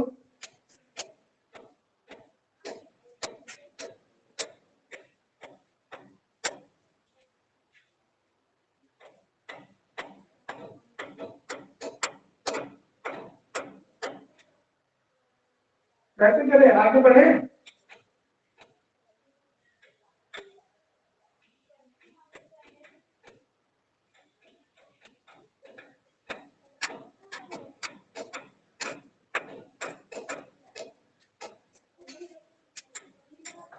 आगे बढ़े या क्लास ओवर करना है क्या?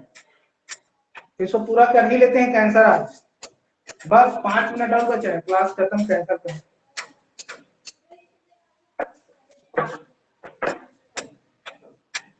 नेहा कोई प्रॉब्लम? No sir. ठीक है, तो आगे बढ़े। Yes yes sir.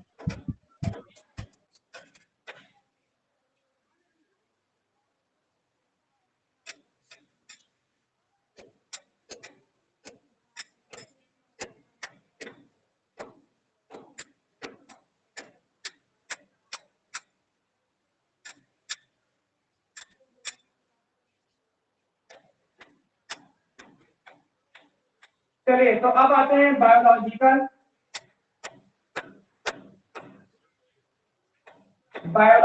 कार्सिनोजन।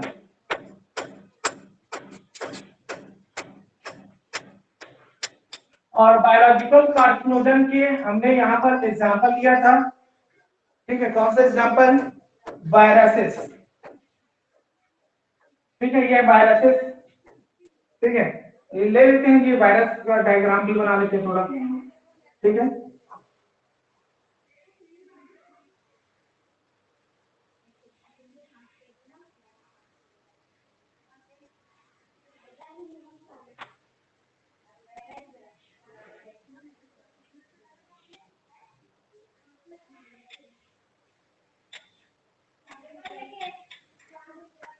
ठीक है, और इस वायरस में ठीक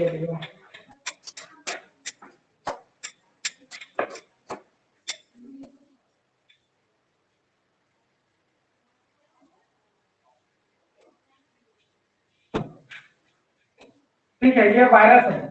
ठीक है, ये वाला वायरस विच कॉजेस। ठीक है, तो ये जो वायरस जो है, ठीक है, इस वायरस के पास जीन पाया जाता है। ठीक है, ये जीन है, ये क्योंकि मतलब ये एक्चुअली आरएनए है, ये राइबोन्यूक्लिक एसिड आरएनए। अब ये आरएनए क्या है? Genetic material. ठीक, आरएनए क्या है? जेनेटिक मटेरियल है ये। ठीक है, और जेनेटिक मटेरियल मतलब जीन। ठीक है, तो ये इनका जो जीन है, इसका जीन है वायरस का जीन है, और इस जीन को कहा जाता है ओन्कोजीन। मतलब इनके पास कैसा है? वायरल ओन्कोजीन है इनके पास, वायरस के पास वायरल ओन्कोजीन है। अब ये वायरस प्रवेश करेगा ये ह्यूमन में। ठीक है, इस ह्यूमन में जाएगा ये। अब ह्यूमन में जब जाएगा, ठीक है, ये मान लीजिए ये ह्यूमन सेल है, ये ह्यूमन का ये ह्यूमन सेल है। ठीक है, ह्यूमन सेल है, और इस ह्यूमन सेल में ये मनुष्य का डीएनए है। ह्यूमन सेल, ये मनुष्य का डीएनए। ठीक है, इस डीएनए ह्यूमन के डीएनए में ये ऑन्कोजीन जो है, ये इनके पास पहुंच जाएगा ये। ठीक है, इनके पास ओन्कोजीन यहाँ पर चला गया, इसके माध्यम से गया आरएनए, ये आरएनए। ठीक है, अब आप जानते हैं कि यहाँ पर क्या होता है, क्योंकि आरएनए और डीएनए है, अब इसको कॉपी करना है। अपनी संख्या में वृद्धि करना, मतलब मल्टीप्लिकेशन करना पड़ेगा। क्या करना पड़ेगा यहाँ पर? मल्टीप्लिकेशन। ठीक है, तो यहाँ पर मल्टीप्लिकेशन में क्या होता है? मल्टीप्लिकेशन दो प्रकार के प्रोसेस होता है, थोड़ा अब आया है तो मैं बता देता हूँ। ठीक है, एक होता है जो डीएनए से डीएनए बनेगा, ठीक है, और एक ये होता है कि डीएनए बनेगा, ठीक है, डीएनए से आरएनए बनेगा, ठीक है, और आरएनए से डीएनए बनेगा। ये ऐसा भी होता है प्रोसेस। और एक प्रोसेस ये होता है कि ये आरएनए है, ये आरएनए डीएनए के साथ बाइंड कर लेगा और फिर ये आरएनए बना लेगा।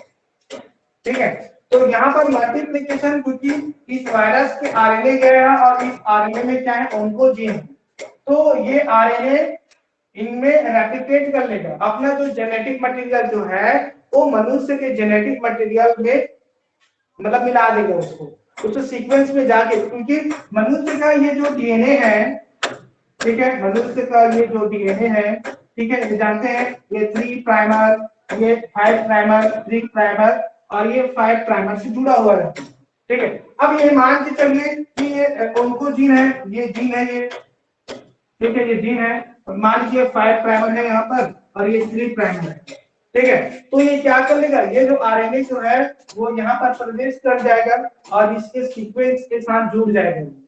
ठीक है, अब जैसे ही ये सीक्वेंस के साथ जुड़ेगा आरएनए, आरएनए इस डीएनए में क्या कर लिया इन्होंने? बाइंड कर लिया।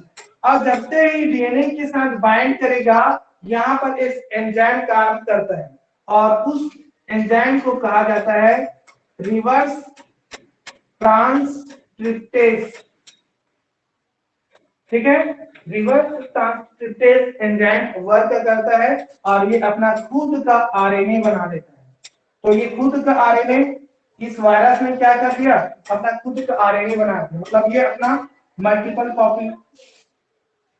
ठीक है, और यहाँ पर ये जो मैंने वायरस का एग्जांपल जो दिया है, यहाँ पर वायरस का एग्जांपल जो है, इस वायरस को कहा जाता है पेपिलोमा वायरस।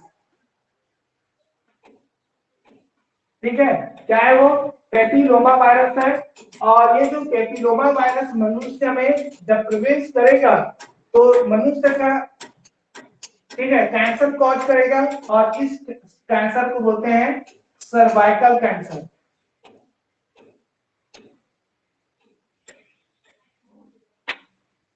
ठीक है, तो यार इतना सर्वाइकल कैंसर किससे होता है? पेपिलोमा वायरस से। ठीक है, फीमेल में कॉज करते हैं सर्विकल। ठीक है, तो इस तरह से बायोलॉजिकल कार्सिनोजन के रूप में जो वायरस, खासतौर पर जो पेपिलोमा जो वायरस जो होता है वो अपना कंट्रीब्यूट करता है कैंसर कॉज करने में।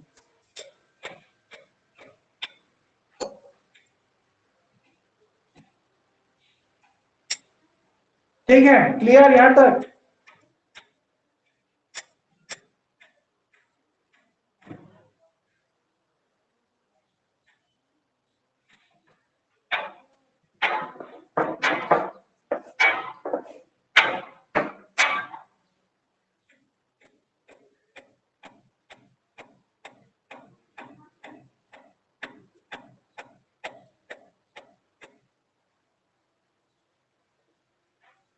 ठीक है, आगे चले। बस 5 मिनट में खत्म कर दूंगा ना, ये थोड़ा मुझे भूल गया कि बायोलॉजिकल बचा है। बस डायग्नोसिस बस देखेंगे, फिर उसके बाद मैं कैंसर खत्म कर दूंगा। ठीक है, आगे चले।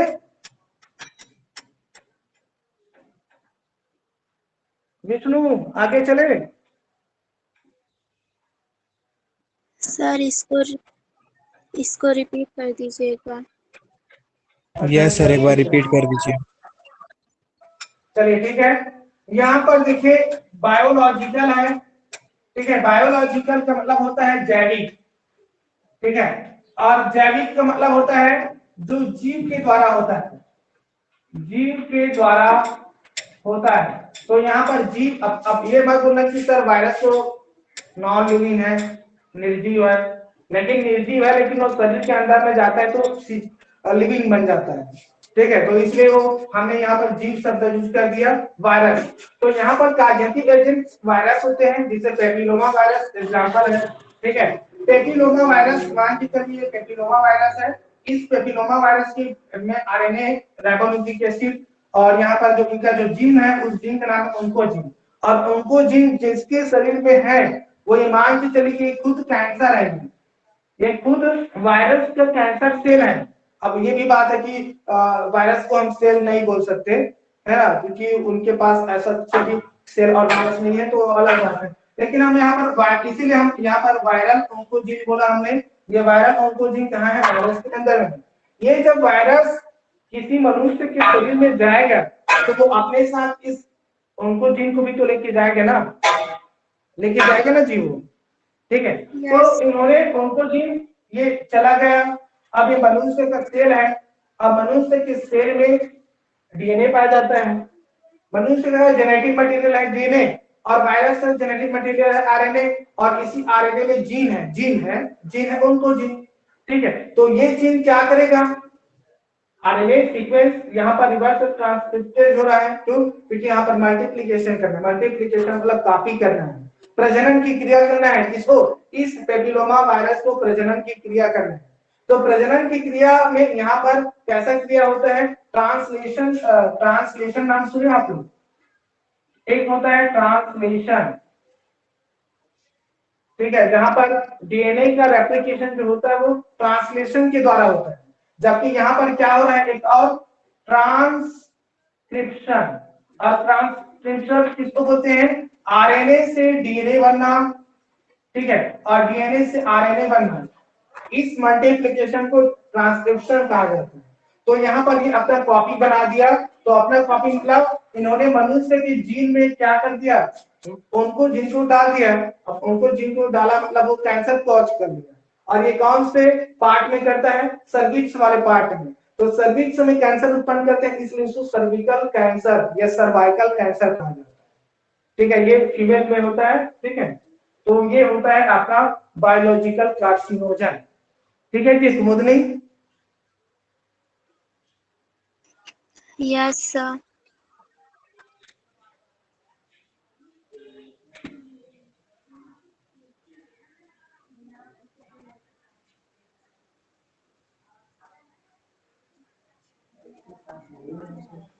सर बस 5 मिनट है।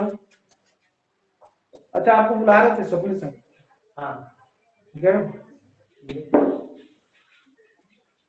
ठीक है। तो आप जानते हैं कैंसर तो कोई उपचार नहीं है। कभी कभी पेड़ पौधा से कुछ जड़ी बूटी मिल जाता है, ठीक है, तो वो क्या काम कर, कोई उपचार ही नहीं है ना। तो इसलिए हम उपचार के बारे में बात न करके हम सीधा जो डायग्नोसिस होते हैं, ठीक है, डायग्नोसिस जो होता है वो एक प्रकार से उपचार ही बोल सकते हैं, लेकिन ये वो उपचार है कि इसके माध्यम से कैंसर को पता लगाया जा सकता है कि कैंसर को पता लगाना है, तो डायग्नोसिस, ठीक है। बाकी हम मेडिसिन वगैरह के बारे में बात नहीं करेंगे कि ऐसा कोई भी मेडिसिन नहीं है जो कैंसर को खत्म कर सकते हैं, ठीक है। तो यहाँ पर डायग्नोसिस के रूप में हम देखेंगे, ठीक है, एक डायग्नोसिस होता है, ठीक है, जिसे कहा जाता है बायोप्सी एंड हिस्टोपैथोलॉजिकल, ठीक है। ये पहला डायग्नोसिस की पहला प्रक्रिया है,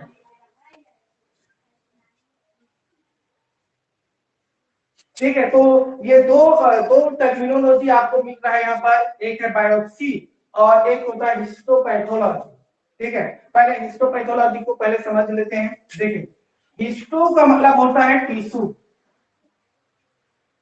ठीक है, और यहाँ पर पैथो का मतलब होता है डिसीज, रोग, ठीक है, और लॉजी का मतलब होता है स्टडी करना, ठीक है।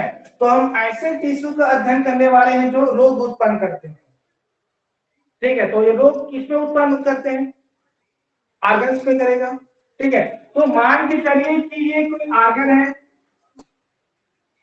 अंग है, ठीक है, और इस ऑर्गन का एक हिस्सा है जिसको हम बोलते हैं पार्ट। ये मान के चलिए कि ये कोई एक ऑर्गन है, ठीक है। इस ऑर्गन है मतलब ये स्किन है, त्वचा है ना। हमने क्या किया? ये जो स्किन जो है, त्वचा जो है, ठीक है, इस स्किन का एक छोटा सा टुकड़ा, ये मान लीजिए ये छोटा सा टुकड़ा हमने कट कर दिया, ठीक है, काट दिया। तो ये काटा हुआ जो पार्ट है, कटा हुआ जो पार्ट है, इसी कटा हुआ पार्ट को क्या बोलते हैं, बायोप्सी कहा जाता है, ठीक है। किसी त्वचा, किसी अंग के जो कुछ हिस्सा होता है, उस हिस्सा को यदि हम उसको निकाल दें, तो जो निकाला हुआ जो पार्ट होते हैं उसको बायोप्सी कहते हैं। तो हमने क्या किया, इसको कट कर दिया, किसको, इस आर्गन को हमने कट कर दिया। कट कर दिया मतलब क्या है मालूम है, वो टिश्यू है, ठीक है। इसको हमने क्या कर दिया, क्योंकि अंग किससे बना है, टिश्यू से बना हुआ है। तो हमने इस, मान लीजिए हमने इस टिश्यू को ले लिया, ठीक है, ये टिश्यू है, ये टिश्यू को हमने ले लिया, ठीक है। और इस टिश्यू को हमने क्या करेंगे, ये जो आपका जो माइक्रोस्कोप है, ठीक है, इस माइक्रोस्कोप से देखेंगे। अब यहाँ पर माइक्रोस्कोप से सीन करना, ठीक है, मतलब ये है कि हम यहाँ पर स्टडी करेंगे। कैसे स्टडी करेंगे कि ये जो नॉर्मल, ये मान लीजिए नॉर्मल ह्यूमन सेल है, ठीक है, नॉर्मल ह्यूमन सेल है, ठीक है। इस नॉर्मल ह्यूमन सेल जो है वो कैंसर सेल में परिवर्तन हो गया, ठीक है। तो हम क्या करेंगे, इसके टिश्यू को भी काटेंगे और माइक्रोस्कोप में देखेंगे उसको, ठीक है। और ये जो कैंसर के सेल है, मतलब इनका भी टिश्यू है, उनको भी हम माइक्रोस्कोप में देखेंगे और देखने के बाद हम पता लगाएंगे कि दोनों में क्या डिफरेंस है, ठीक है। अब इनके में डिफरेंस जो भी नजर आएगा हमको पता चल जाएगा कि वो कैंसर है।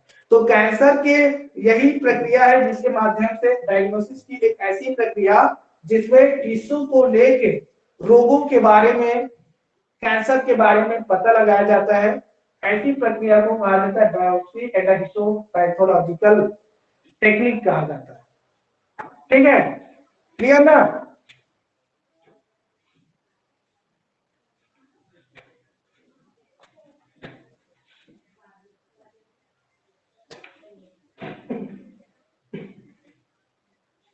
ठीक है, आगे बढ़े।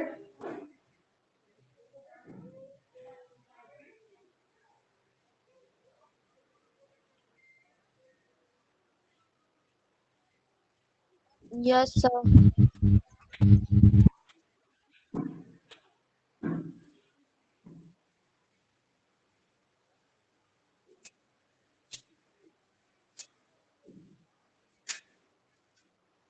चलिए दूसरा वाला प्रोसेस है जिसे कहा जाता है रेडियोग्राफी,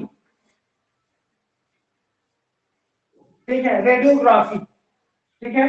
रेडियो है यहाँ पर, रेडियो, रेडियो का मतलब होता है रेडिएशन,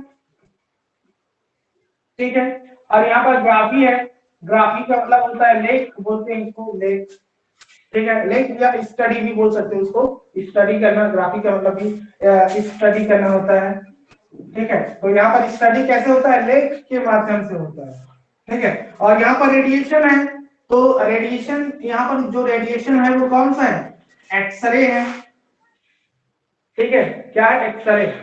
और क्योंकि यहाँ पर एक चीज होता है कि यहाँ पर जो एक्सरे का यूज किया जाता है, ठीक है, यूज जो कर रहे हैं, किसका, रेडिएशन, एक्सरे का यूज कर रहे हैं। तो ये जो एक्सरे जो है इसको स्किन से गुजारा जाएगा, इसके स्किन से कैंसर सेल की, ठीक है, ह्यूमन कैंसर सेल जो पहुंच गए हैं उस स्किन से इसको क्या करेगा, क्रॉस कराएगा, ठीक है। तो क्रॉस कराएगा तो एक इमेज शो करता है, इमेज, ठीक है, इमेज प्रतिबिंब दिखाई देगा, ठीक है। तो यहाँ पर जो इमेज जो होता है वो कैसा होता है, 2D इमेज होता है, ठीक है, 2D इमेज। और इस 2D इमेज से हमको वो पता चल जाएगा कि उस ह्यूमन बॉडी के कौन से टिश्यू में, मतलब बाकी टिश्यू से क्या डिफरेंस नजर आ रहा है। तो इस रेडियोग्राफी से हम कैंसर के बारे में पता लगा सकते हैं, ठीक है, किसकी सहायता से, एक्सरे की सहायता से, ठीक है।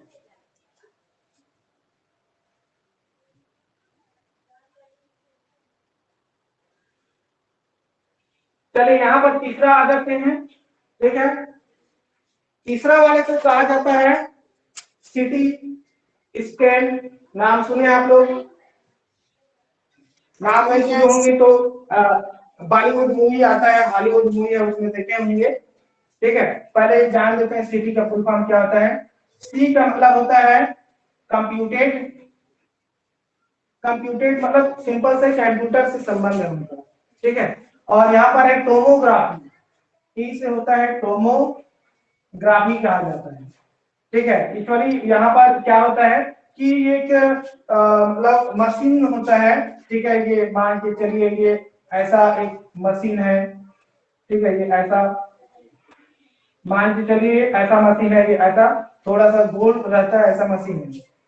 ठीक है, ये कंप्यूटर वगैरह से जुड़े रहते हैं। ठीक है, और मान लीजिए यहाँ से एक ये मनुष्य को लेटा दिए हैं यहाँ पर। ठीक है, इस मनुष्य को हमने लेटा दिए हैं, वो आता है ना, लेके जाते हैं हॉस्पिटल में मरीज को। ठीक है, इसको हम यहाँ से प्रवेश कराएंगे, यहाँ इंटर क्या किया हमने, यहाँ अंदर प्रवेश किया। ठीक है, अब जैसे ही ये अंदर पूरा चला जाएगा, मनुष्य अंदर चला गया। अब जैसे ही अंदर जाएंगे, यहाँ से यहाँ से यहाँ से यहाँ से चारों तरफ से किरण, ठीक है, जो किरण जो होते हैं, रेज जो होते हैं, ठीक है, इस रेज को गुजारा जाता है। अब जैसे ही गुजारते हैं तो यहाँ पर 3D काम करता है, 3 डायमेंशनल होता है, डायमेंशनल डी का मतलब, और एक 3D इमेज शो करता है। ठीक है, और ये कंप्यूटर के द्वारा जुड़ा हुआ है, तो इससे वो कंप्यूटर में पता लगा सकते हैं कि आपके, क्योंकि पूरे बॉडी अंदर चला गया, और बॉडी जब पूरे अंदर चला गया तो पूरे एक एक जो टिश्यू है, जो ऑर्गन है, उसको पता लगा सकते हैं कि कौन से ऑर्गन के टिश्यू में खराबी है या सेल में खराबी है। ठीक है, कई बार इसका साइड इफेक्ट भी पड़ता है, क्योंकि ऑलरेडी आप जानते हैं सीटी जो है, रेडियोग्राफी जितने भी ये टेक्निक है, इस टेक्निक में ऑलरेडी किसी न किसी रेडिएशन का यूज हो रहा है। हो सकता है वो रेडिएशन स्किन में पड़ेगा तो आने वाले बाद में समय में उससे कैंसर कॉज कर सकता है, तो ये भी इनका साइड इफेक्ट है इनका। ठीक है, और इसी तरह ही चौथा नंबर में एक और टेक्निक है जिसे MRI कहा जाता है।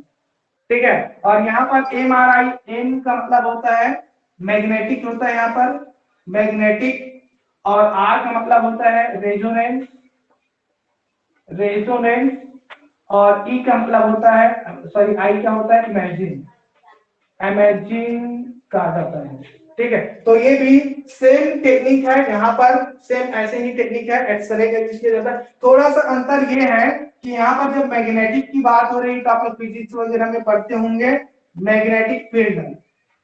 ठीक है, तो यहाँ पर जो मशीन जो होते हैं, जो रेस जो होते हैं, उसको मैग्नेटिक फील्ड से गुजारा जाता है, जिसको क्या चुंबकीय क्षेत्र कहा जाता है हिंदी में। तो इस चुंबकीय क्षेत्र से जब गुजारेगा तो इसको जब गुजरेगा तो यहाँ पर इलेक्ट्रिक फील्ड में कन्वर्ट हो जाता है, इलेक्ट्रिक फील्ड जिसको विद्युत क्षेत्र कहा जाता है। और अब चुंबकीय क्षेत्र से विद्युत क्षेत्र में जाएगा, और जैसे ही इलेक्ट्रिक फील्ड में जाएगा तो यहाँ पर 3D डायमेंशनल से फिर यहाँ पर इमेजिन, तो पूरे बॉडी को फिर ये वहां पूरा पता लगा लेते हैं।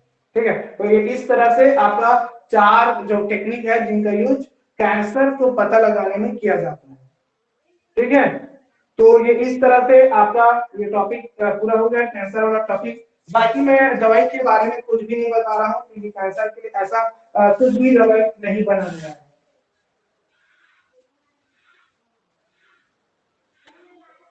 ठीक है, कुछ भी दवाई नहीं बना है, क्योंकि कैंसर बहुत सारे प्रकार है।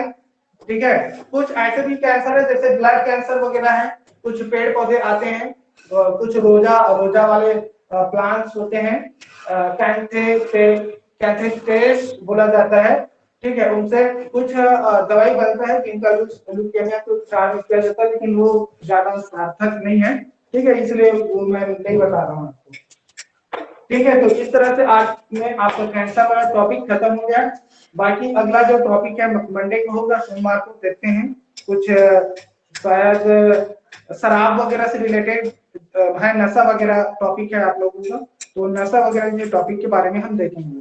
और एक अच्छा, एक आप लोग ये सिलेबस देखे हैं तो पता है सीजीपीएससी में तो मुझे नहीं मिला है, लेकिन एनसीईआरटी में टॉपिक इसी में दिया है, एड्स दिया है। ठीक है, यदि देखेंगे, यदि दिया नहीं होगा तो एड्स वाला टॉपिक देखेंगे, या तो फिर आपका जो नशा वाला है, एडिक्शंस वगैरह है और तंबाकू वगैरह है, उसके बारे में हम अगले क्लास में देखेंगे। ठीक है, तो ठीक है, फिर मंडे को मिलते हैं।